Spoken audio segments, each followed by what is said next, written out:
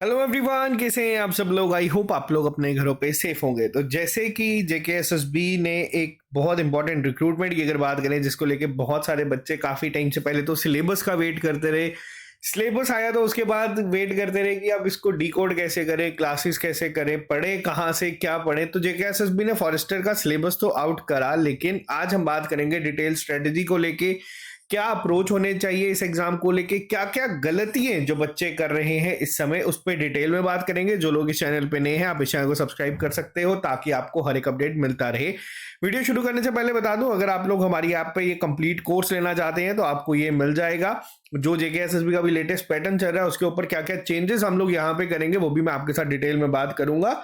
तो चलिए अब यहाँ पे बात करते हैं। सबसे पहले हम लोग एक बार डायरेक्ट इसके सिलेबस के ऊपर, और फिर हम बात करेंगे क्या क्या चीजें इसमें बहुत इंपॉर्टेंट है। सबसे पहली चीज, इस सेक्शन को, जो पेपर को है, 5 सेक्शंस में डिवाइड करा गया है। Section A, B, C, D और ई में।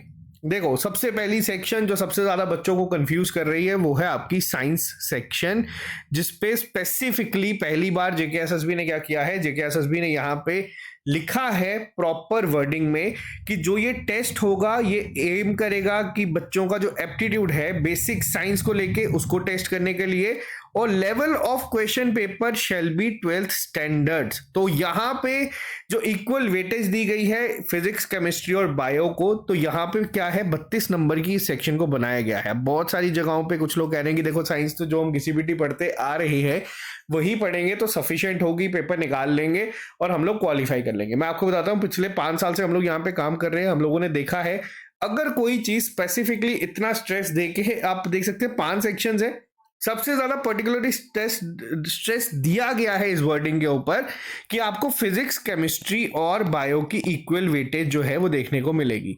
अब फिजिक्स, केमिस्ट्री और बायो की अगर मैं बात करूं, यहाँ पे हम लोगों ने पहली अप्रोच क्या रखी है, अब मैं आपको ये बताऊंगा। पहले सेक्शन वाइज चलेंगे। हम लोगों ने पहली कोशिश करी है कि हम लोग आपको एनसीईआरटीज जो हैं उसको पढ़ा देंगे।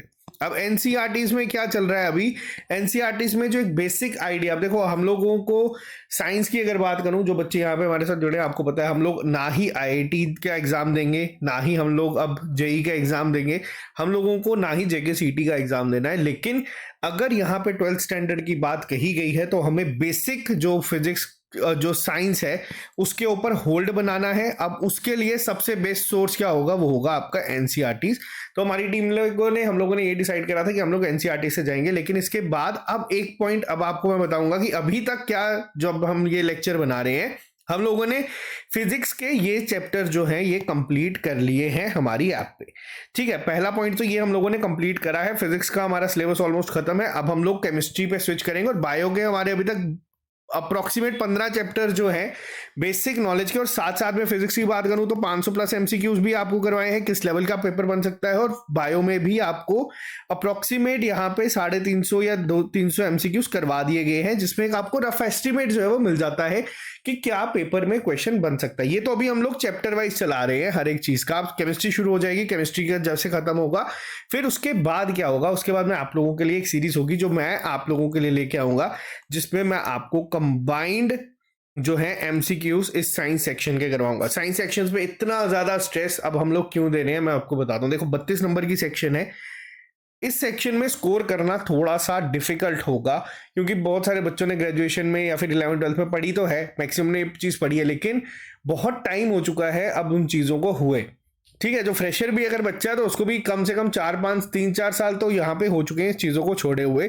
तो जेकेएसएसबी का पॉइंट ऑफ व्यू ध्यान में रखते हुए एमसीक्यूज मैं आपको करवाऊंगा। ये कुछ लेक्चर्स आपको यूट्यूब पे भी मैं मिलेंगे, कुछ आपको ऐप पे मिलेंगे। तो ये जो एमसीक्यूज, ये एमसीक्यूज किस तरीके से डिजाइन होंगे जो जेकेएसएसबी पूछ सकता है। अभी तो हम लोग आपको बस एक बार इस सिलेबस से रूबरू करवा रहे हैं कि ये क्या क्या चीजें पढ़नी है, क्योंकि देखो मार्च में एग्जाम नहीं है हमारे पास, मार्च का पूरा महीना है अभी। अगर इसको कैलकुलेट भी करूं तो हमारे पास 40 दिन का टाइम है। तो 40 दिन के टाइम में टारगेट ये है कि पहले एक बेसिक नॉलेज आप लोगों को इस पूरी सेक्शन की मिल जाए, जो 32 नंबर का ये पेपर में आएगा।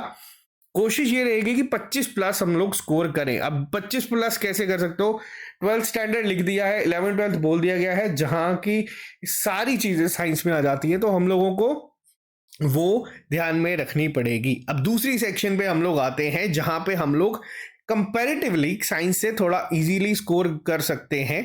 अब यहाँ पे बात करते हैं सेक्शन बी को लेके। देखो सेक्शन बी की बात करूं तो इस सेक्शन में कहीं ना कहीं हम लोग जो है ये 32 मार्क्स की, इसमें साइंस के कंपैरिजन में थोड़ा सा इजी होगा स्कोर करना।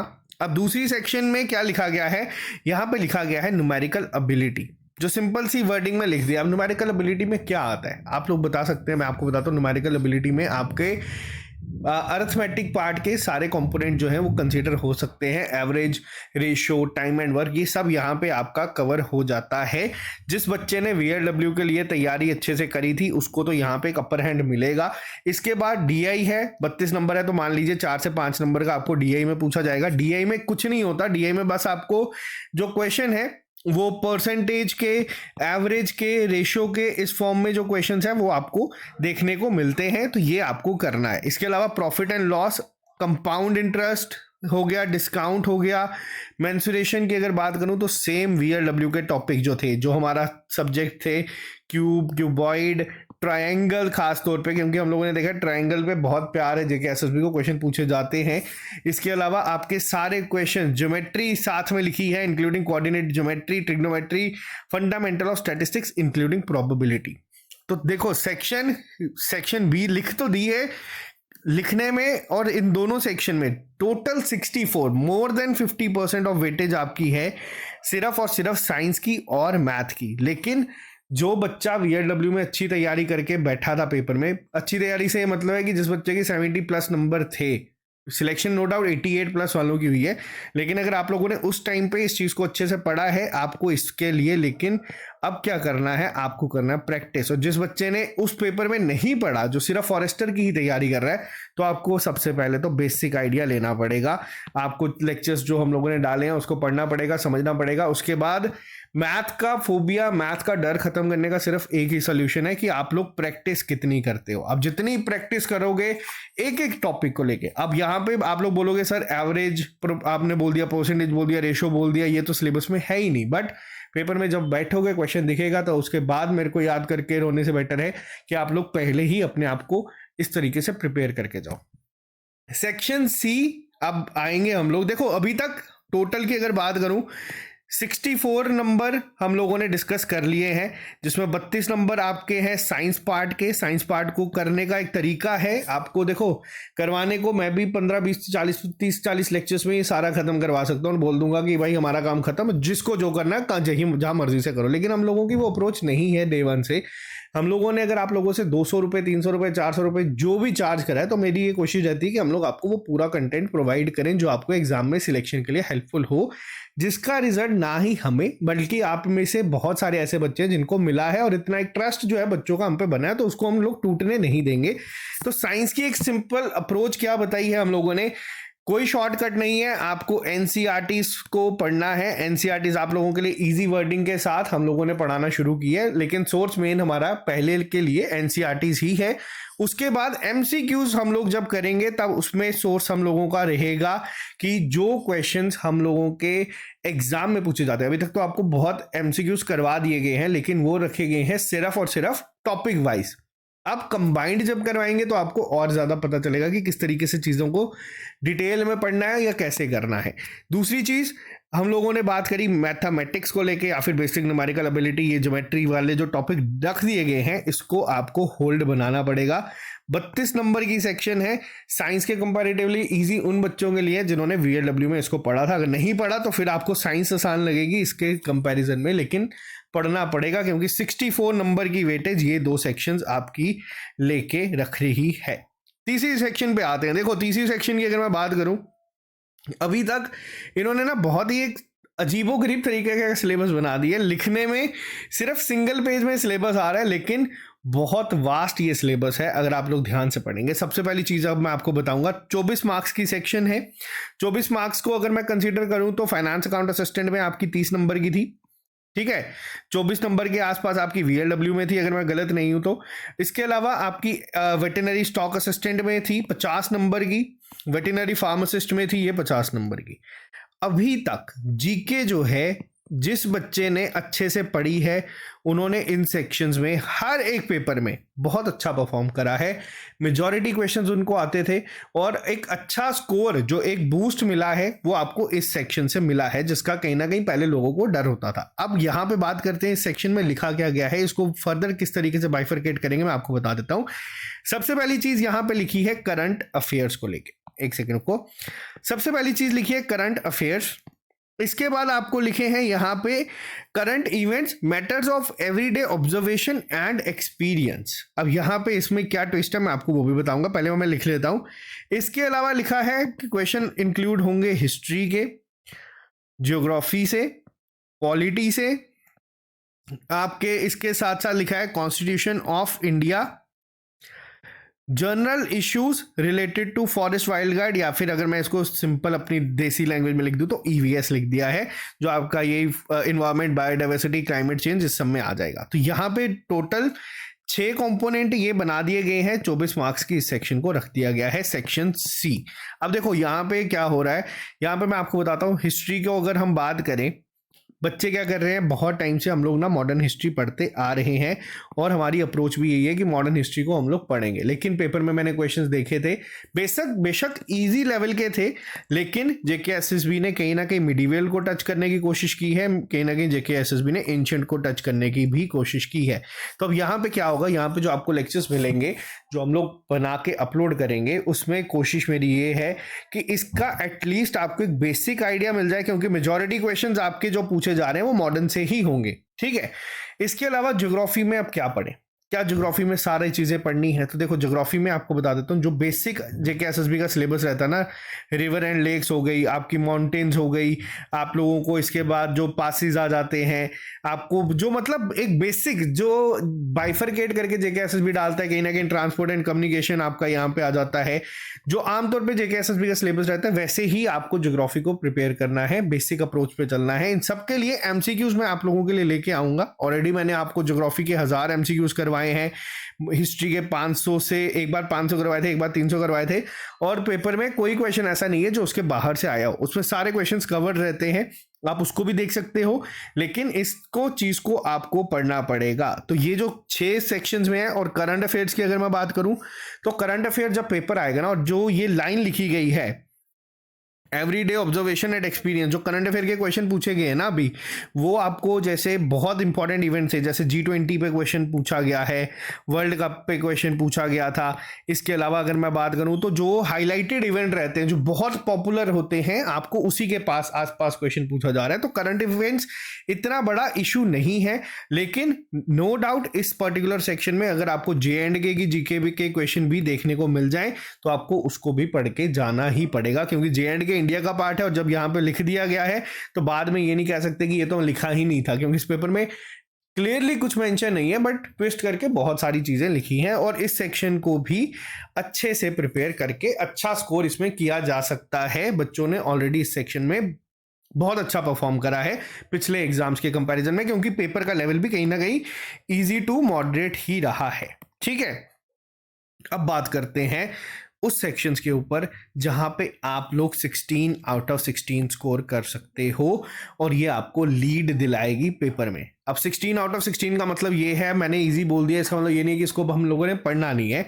Logical reasoning and analytical ability, अब ये क्या है तो ये मैं आपको बता दूं, जो VLW का आपका सिलेबस था रीजनिंग का, ये 1-2 लाइन में इन्होंने सारा फिट कर दिया है। इसमें आपको ब्लड रिलेशन, डायरेक्शन, सिलोगिज्म, आपको इसके अलावा कोडिंग, डिकोडिंग, अगर मैं बात करूं विजुअल जो है स्पेस विजुअलाइजेशन, स्पेस ओरिएंटेशन, सारे टॉपिक आपके ना इस सिंगल लाइन में इन्होंने फिट कर दिए हैं। लॉजिकल और एनालिटिकल जब इन्होंने साथ में लिख दिया है तो आप लोगों को सारा मेंटली प्रिपेयर करके जाना है। लेकिन ये one of the most easiest section है, इसमें अगर आप लोग अच्छे से प्रैक्टिस हफ्ता 10 दिन भी करके जाओ, मेरे वाले लेक्चर्स को ही देख लो अगर आप लोग, तो आप लोग इसमें 16 आउट ऑफ 16 स्कोर करके आ सकते हो। एनालॉजी इसमें आ जाएगी आप लोगों का, जो है ये मतलब बेसिक है, मगर ये one of the most scoring section होगी, और इस सेक्शन में 16 में से 16 आप लोग लेके आ सकते हैं आंखें बंद करके भी, क्लियर है यहाँ तक? अब बात करेंगे उस सेक्शन को लेके जिसपे कहीं पे कोई बात नहीं करा। बहुत सारी जगहों पे आपने section A, section B, section C, D सब सुना है।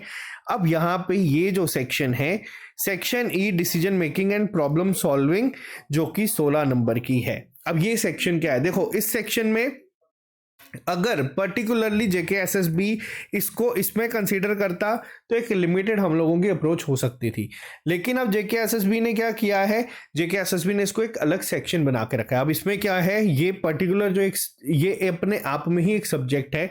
करने की इसकी अप्रोच जो है वो 2 तरीके से होती है। मैं आपको थोड़ा सा यहाँ पे क्लियर कर देता हूँ कि क्या अप्रोच रहती है इसको सेक्शन को लेके।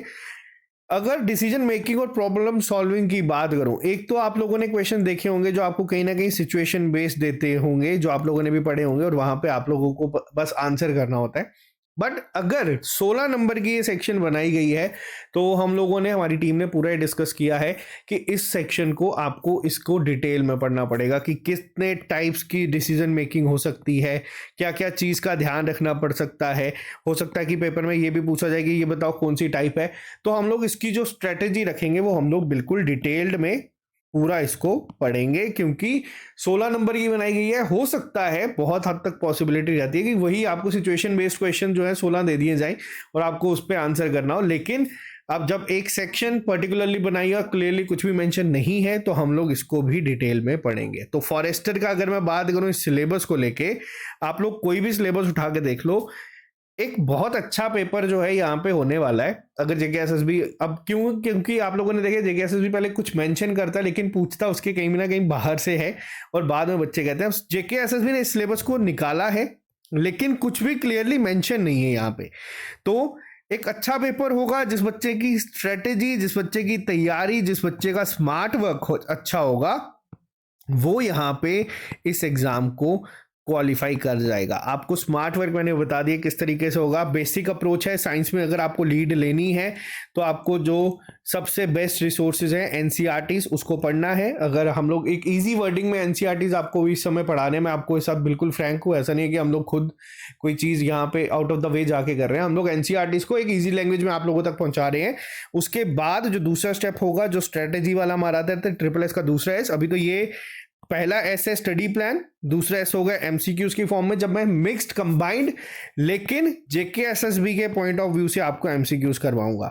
ठीक है, उसमें आपका मैक्सिमम पार्ट कवर करवा दिया जाएगा। और साइंस में जो एक 32 नंबर का होल्ड है ना, टारगेट हम लोग लेके चल रहे हैं कि 25 प्लस आप लोग स्कोर करके आएंगे इस सेक्शन में, अगर आप लोग इसको अच्छे से फॉलो करेंगे। दूसरी सेक्शन पे आते हैं न्यूमेरिकल एबिलिटी पे। जिस बच्चे ने, मैंने आपको बताया कि वीएलडब्ल्यू के एग्जाम के लिए या फिर वेटरनरी फार्मासिस्ट, स्टॉक असिस्टेंट के लिए पढ़ा है, तो एक कहीं ना कहीं अच्छी उनकी तैयारी है आपको, लेकिन इसको लाइटली नहीं लेना है, आपको इसकी प्रैक्टिस पे काम करना है। और अगर आपने इस एग्जाम में नहीं पढ़ा था, अगर आप सिर्फ फॉरेस्टर का सोच रहे हैं, तो आपको इस पे होल्ड बनाने के लिए सिर्फ और सिर्फ प्रैक्टिस पे काम करना है। प्रैक्टिस के लिए मैं क्या कर सकता हूं, मैं आप लोगों के लिए टॉपिक टेस्ट अरेंज कर सकता हूं, लाइव सेशंस अरेंज कर सकता हूं, वो मैं करवा दूंगा। तीसरी सेक्शन सी कंप्यूटर, जो हमारी जनरल नॉलेज की है। 6 कंपोनेंट मैंने आपको बताया डिवाइड करे गए हैं। स्मार्ट अप्रोच से काम करेंगे तो इसमें भी हम लोग अच्छा स्कोर कर सकते हैं। कैसे कर सकते हैं? सबसे पहला टारगेट मॉडर्न हिस्ट्री, क्योंकि 3 से 4 क्वेश्चन यहाँ से दिखेंगे। और अगर इक्वल बाइफरकेट किया जाएगा तो एंशिएंट का आपको 1 से 2 देखने को मिल सकता है, मिडिवल का भी आपको 1 से 2 देखने को मिल सकता है। करंट इवेंट से आपको बस डेली लाइफ में अपडेट रहना है। कोई भी अपने फोन में एक आधी ऐप डाउनलोड कर लो, जो कोई मेजर इवेंट होता है तो जो फ्लैश आ जाती है न्यूज़ की, वो आपके फोन में आ जाए, फिर वो आप इन शॉर्ट कर लो, या कोई भी आप लोग कर सकते हो, वो आपको एक हेल्प कर जाएगी इसके लिए। बाकी डिटेल में जिस दिन एग्जाम होगा उससे पहले के 6 महीने पहले के करंट अफेयर आप लोगों को मैं करवा दूंगा। वीकली करंट अफेयर मैं आप लोगों को अभी भी अपलोड कर रहा हूं पीडीएफ की फॉर्म में, क्योंकि सीबीटी में था करंट अफेयर बहुत इंपॉर्टेंट रोल प्ले कर रहा था, ओएमआर में करंट अफेयर इतना इंपॉर्टेंट रोल नहीं प्ले कर रहा है। दूसरी चीज पे अगर हम आते हैं, कॉन्स्टिट्यूशन और पॉलिटी। कॉन्स्टिट्यूशन की अगर बात की जाए तो आपको स्टार्टिंग का पार्ट पढ़ना है डीपीएसपी तक, फंडामेंटल ड्यूटीज, इसके साथ साथ ये सारे आर्टिकल्स वगैरह आपको एक अच्छे टिप्स पे होने चाहिए, यहाँ पे क्वेश्चन बन सकता है। और यहाँ पे अगर बात करें ईवीएस का, तो इसका जो अपडेटेड रिसेंट है वो हम आपको अभी करवाएंगे। इसके अलावा मोस्ट स्कोरिंग सेक्शन, अगर हम लोग जब इसके टेस्ट लॉन्च करेंगे, आप लोगों का दिमाग में बस एक टारगेट होना चाहिए कि आपको इसमें बस 16 में से 16 हर टेस्ट में लेने हैं। अगर आप लोग इस सेक्शन में इस लेवल पे परफॉर्म करोगे तो आपको अगर यहाँ पे 2-3 नंबर का फर्क पड़ता है तो कोई बड़ी बात नहीं, आप इसमें कवर कर जाओगे। और लास्ट सेक्शन, इसकी क्लासेस आपको बता दूं, ये अंकुश मैम आपको पढ़ाएंगे। अंकुश मैम आपको बिल्कुल डिटेल में हम लोग पढ़ाना शुरू करेंगे, क्योंकि रिस्क नहीं लेंगे, क्योंकि 16 नंबर की सेक्शन है। और अगर मान लो JKSSB डिटेल में गया तो एटलीस्ट हम लोग तैयार होकर जाएंगे। सिचुएशन बेस्ड क्वेश्चंस पे एक्यूरेसी मेंटेन करना मुश्किल होता है, लेकिन अगर इन डेप्थ पूछा गया टाइप कौन सी है या किस तरीके से करना है तो वो आंसर करना तो फिर नेक्स्ट तो इम्पॉसिबल हो जाएगा अगर आप उसको डिटेल में नहीं पढ़ के जाओगे तो ये है पूरा आपका फॉरेस्टर का सिलेबस, जिसको करवाने में हमारी टीम को भी बहुत मेहनत लग रही है। और ये जो चीज़ है, ये जो एग्ज़ाम है, इसकी एक अच्छी पोस्ट है जिसके लिए बहुत बच्चे बहुत टाइम से वेट कर रहे थे। तो ये डिटेल स्ट्रेटजी है। मिस्टेक्स क्या अवॉइड करनी है मैंने आपको बता दिया। अगर आप सोचोगे कि लिमिटेड कंटेंट पढ़ के, जो बेसिक 8, 9, 10 का पढ़ के अगर आप साइंस या सब चीज़ें जाओगे तो आपको लगता है कि आप 32 में से 32 स्कोर कर लोगे, तो गलत फहमी है। बाकी मैंने आपको बताया है कि किस तरीके से अप्रोच होनी चाहिए, किस किस सेक्शन को टॉप प्रायोरिटी पे रखना है वो भी बताया है। अब इन सेक्शंस में टॉप प्रायोरिटी होगी आपकी प्रैक्टिस, क्योंकि 16 में से 16 नंबर आप सिक्योर कर सकते हो और वही 16 नंबर यहाँ पे आप ले सकते हो। और यहाँ पे अगर मैं बात करूँ 16 नंबर लेने की तो जमीन आसमान का फर्क होगा।